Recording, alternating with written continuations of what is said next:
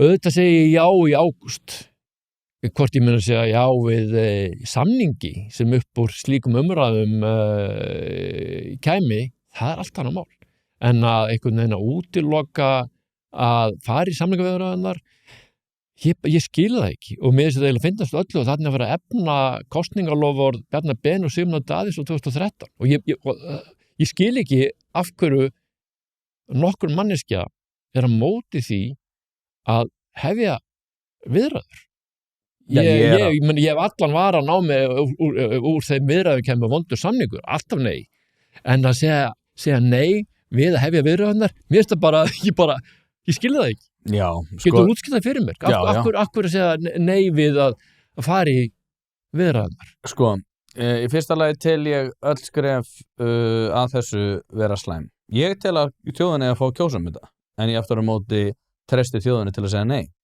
Ástæðan sú að ég tel að það að fara inn í aðildarviðræður myndi fyrsta lagi, sko, það stórkostlegur fórnarkostnaður af því að stjórnkerfi fara fyrst og fremst að einbeita sér að því að skoða einhver pakka hjá Evrópusambandinu. Þetta ekki bara einhver nefnd sem að fer til Brussel, loka sig inn í herbyggi í 6 mánuði og kemur út með einhver pakka sem við fáum að velja Það þarf að skoða þetta í miklu breiðari mynd. Hins vegar að þá tel ég líka bara að þetta vera svo ævintýralega vitlaust út af því að svo sala til dæmis að við myndum hafa einhverjar sér undanþágur sem að öll aðildarríki þurfa bæði og að samþykkja. Við erum ekki komin að því að ræða það. Nei, en ég að segja það að telja að það geti verið fyrir hendi ævintýralega vitlaust. Ég hins vegar það réttur, ég pínu hræddur við það að við fengjum góðan aðildarsamning og þá getum við verið geinkeypt því að taka upp ævintýralega heimskulegt regluverk Evrópusambandsins sem að þeir sjálfur segja að sé eitthvað sem að muni koma til með að leiða þá út úr samkeppninni á alþjóðasviðinu og leiða til minni hagvaxtar. Núna þeir voru í kringum 95% árið 2006 af heildarframleiðslu til dæmis Bandaríkjanna. Í dag þeir komin í 65% og í fyrirsjáanlegri framtíð þá muni þeir verða 50% af heildarframleiðslu Bandaríkjanna. Sama gildir eins og með Kína sem er náttúrulega hröðum vexti upp á við.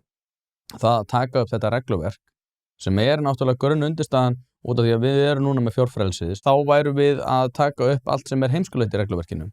Ég alveg pínu hrifinn af innri markaðunum, aftur á móti eru líka stærsta fríverslunarbandalag heims. En það eru vandkvæði þar og eins og Enrico Letta fer yfir í sinni skýrslu sem að koma út fyrir ekki svo löngu, sem svona systur skýrsla, dragiskýrslunar, þar sem að hann einmitt reifar það hvernig það að hafa vand áhrif að one size fits all sé að leiða til þess að önnur svona smærri ríki eiga erfiðar uppdráttar við að uppfylla sömu skilyrði eins og stóru þjóðina sem miklu auðveldara með það.